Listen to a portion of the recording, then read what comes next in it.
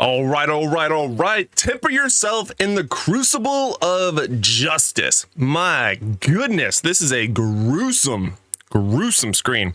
This looks to be like I don't even know, Blood Knight maybe? Someone has demons, inner demons inside them that is just ripping them apart. I mean, if that's not a mood for like my Monday to Friday, bruh. All right, so boys and girls, we have, and everyone else, we do have an update, a small update, a little teaser. Now, thankfully, because we are a hashtag Diablo partner, we did get this information a little early, so I was able to digest it a little bit. And there's more. There's so much more coming. But let's talk about what we know for sure that is officially released today. So the new update will be coming out on September 11th. Ooh, cold chills there. Oof. Which is next Wednesday. All right, so Crucible of Justice main quest line. The main quest line will now be continued. So this will be Crucible of Justice in the next chapter of Diablo Immortal's main quest line, available to those who have completed the final leg.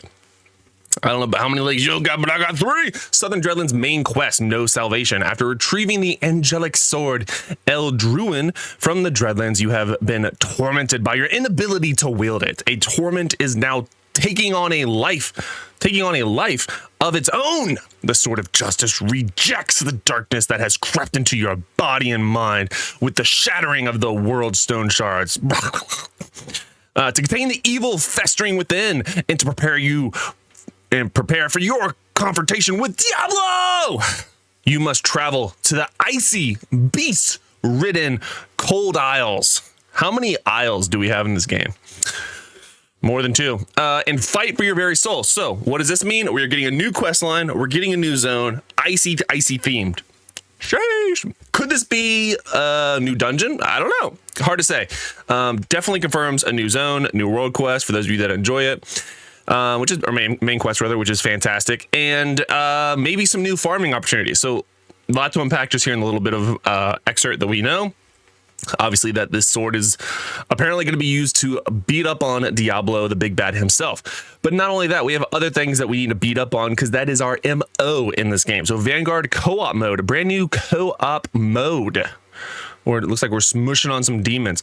Hordes of, okay, this is the lore. Although it was fun reading it. All right, so Vanguard is a new co-op activity where you cull foes in parties of 4 across various objective-based runs. The objective your party is tasked with depends on the Vanguard difficulty tier you're playing on. In total, there are 5 objectives, some of which can only be unlocked in higher difficulty tiers.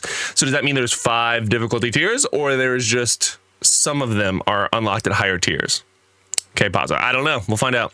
Objectives may maybe tasks like escorting an artifact. Interesting. So getting an object from point A to point B, felling a Heliquary boss, I'm assuming that just means killing, or halting a Shadowborn invasion. All to the tune of vicious demons clawing at you from every direction. Cool. So this is a more or less of a true endless mode, maybe similar-isk to what we have in the Defense of Kryengar, or whatever the hell it's called. But this one has a little bit of a twist with objectives, which seems pretty cool. So hellish power ripe for the taking. New tools are at your disposal to help you rise to the challenge ahead. Vanguard boasts mode-specific skills that will kick your character's build up a notch, with the strength of these skills upgrading by playing more Vanguard. Okay, so we're going to get a skill or skills that we can utilize just basically from playing Vanguard. So it has its own upgrade system, if you will. So new Heliquary affixes place the formidable sweeping attacks traditionally wielded by Heliquary bosses in the palm of your hand. These affixes can be found on offhand and main hand items that you'll receive as rewards for completing the runs on its highest 2 difficulty tiers.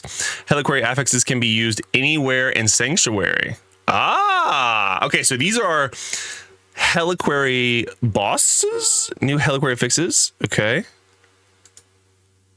Traditionally wielded by Heliquary bosses. So these are abilities that Heliquary bosses use, if I'm reading this right, that we can then earn in this new game mode, but then use everywhere. So that is actually pretty sick.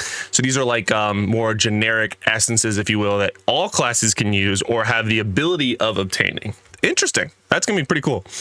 It is I don't want to say like a red flag, but a little bit of a red flag by hearing you can only get it from the top 2 difficulties. Obviously, that means whales are going to unlock it a lot quicker.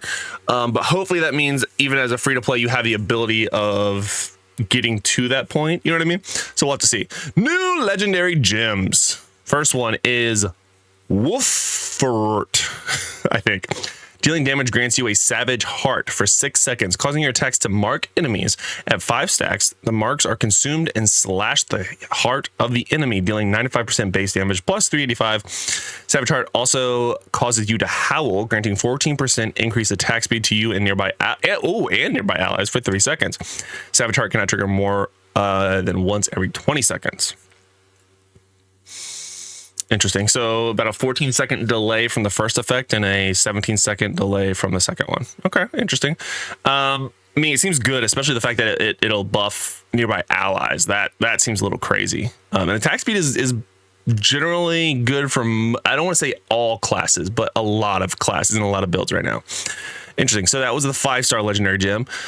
Cold Confidant. 2-star gem. Dealing damage summons a pillar of ice at the enemy's location with life equal to 500% of your maximum life. Enemies near the pillar are chilled and dealt 85% base damage plus 344 per second.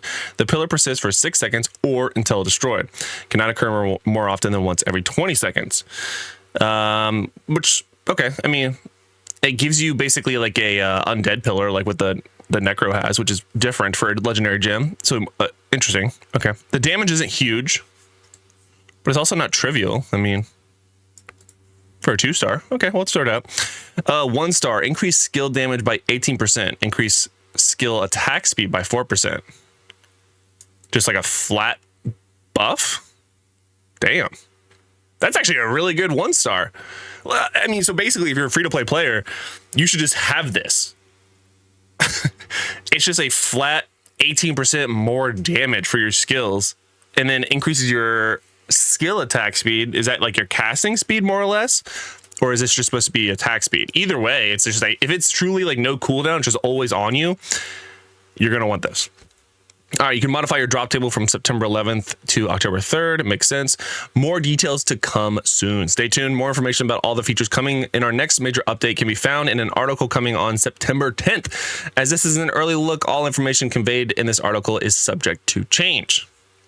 I appreciate the heads up. So yeah, quick little banger here for you guys. I'm a fan of it. I look forward to the new game mode and the new, essentially like universal essences that we can unlock in this new game mode. I think it's gonna be pretty sick. Let me know what you're most excited about in the comment section below. I think this is a huge W, but let me know what you think.